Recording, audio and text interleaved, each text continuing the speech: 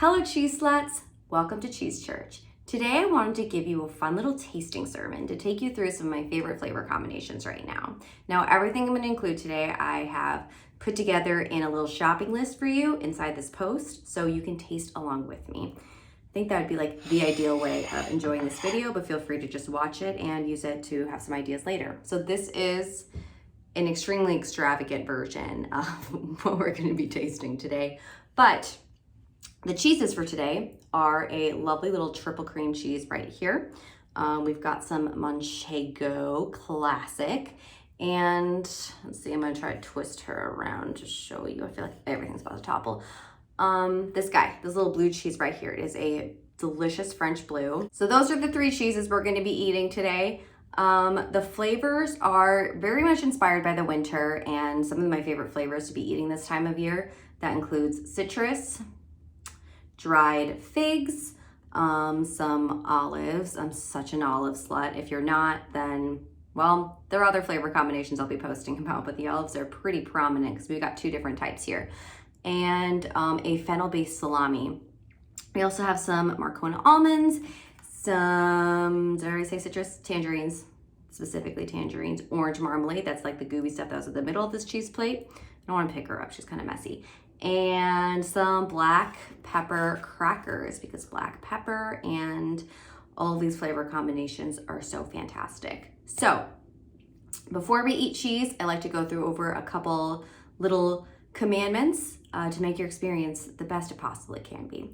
Commandment number 1, thou shalt eat cheese at room temperature. Refrigeration dulls the flavor and makes the texture more brittle of cheeses. So in order to get the best experience, you want to make sure your cheese has been sitting out for at least 30 minutes for softer cheeses. 20 minutes is probably fine unless your kitchen is super cold like mine is right now. And for firmer cheeses like this Manchego, 40 minutes is usually what I do. You'll notice she's already gotten a little bit sweaty. Because for some reason, this is the only room in my apartment that actually has a heater in it and it gets really hot, but also the light's really nice, which is why I'm in here for my sermon today. That's commandment number 1. Commandment number 2, thou shalt use 1 knife per cheese that needs one. I've already started cutting into my cheese, so this girl's a little bit dirty, but just make sure that you have 1 knife for the soft, bloomy brie style cheese and 1 knife for the blue. The situation here is you do not want to use the same knife for the brie and for the blue because you're going to cross-contaminate flavors. They're going to start tasting like each other and it's not a good match. You should be able to taste them on their own. They're fantastic cheeses. That's why we're here, is to enjoy their flavors. So please use 1 knife per cheese. Commandment number 3, the last one, thou shalt taste it right. Eating cheese is a full sensory experience. So you want to take a look, enjoy her beauty, you want to give her a smell. Oh, so much of that flavor, so much of the pleasure of eating cheese comes in through your olfactory system. So concentrate on that smell. Take in everything she's given to you. This is optional, but I love giving her a feel. I like feeling her up a little bit, give her a little squeeze. You know, sometimes I even just like break it just to see how it's gonna feel on my palate. And then try the cheese by itself. Do not take a piece of Manchego, put a bunch of marmalade on it, and then eat it without tasting the cheese by itself. I mean, that's a great pairing, don't get me wrong. You should absolutely do that at one point during this tasting. However, you want to taste the Manchego by itself. All that said and done, those are your commandments. Let's go into the cheese tasting. The first cheese that we're gonna try is your triple cream cheese. I'm using Keunig, which comes from Nettle Meadow Farms in New York. I think I should do a whole sermon on them because they are such a spectacular creamery, but whatever triple cream cheese you have works. Love to give her a little look-see, a little feel-see. So fun to play with. It's like Play-Doh in your hands. It's just like so sexy. I'm getting butter, I'm getting cream. This is just like, it's such a classic cheese. Triple cream cheeses are such huge crowd pleasers because they're mild. They're like eating butter, but fancy. You also get a little bit of a mushroomy funk, like that's the rind right there on the rind.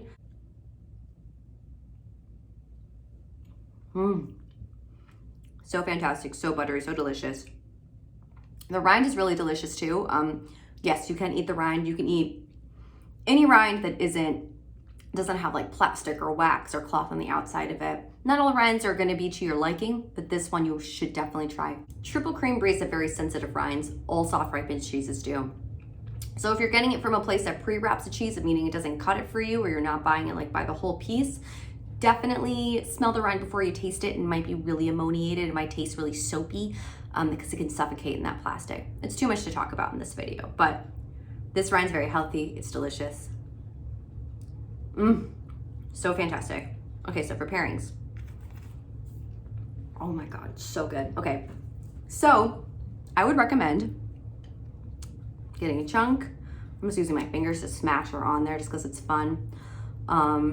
The marmalade. This is gonna be my favorite pairing with the triple cream brie. Smoosh the marmalade on there. This is a homemade marmalade my partner made. Very proud of him. Definitely going to try to master my own recipe to share with you guys.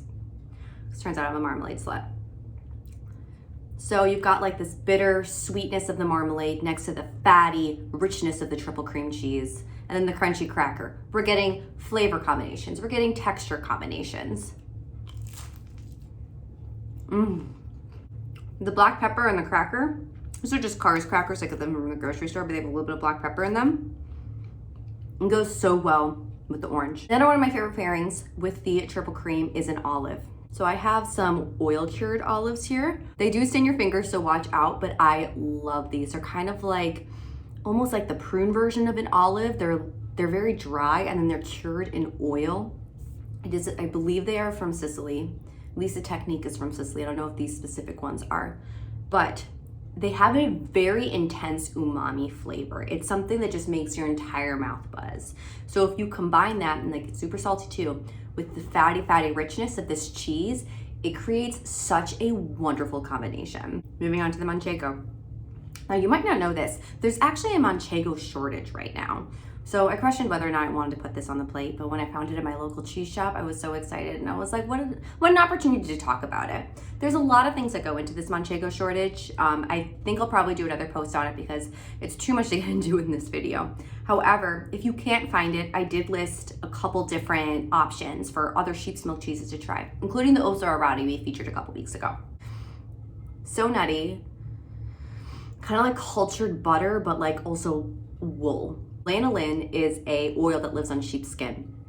So sometimes that scent kind of infuses the cheese, infuses their milk, and you can taste it in the cheese. I guess, technically you can smell it. So it feels like you're wearing a wool sweater. I definitely feel like I'm wearing a wool sweater in this hot ass room. I digress.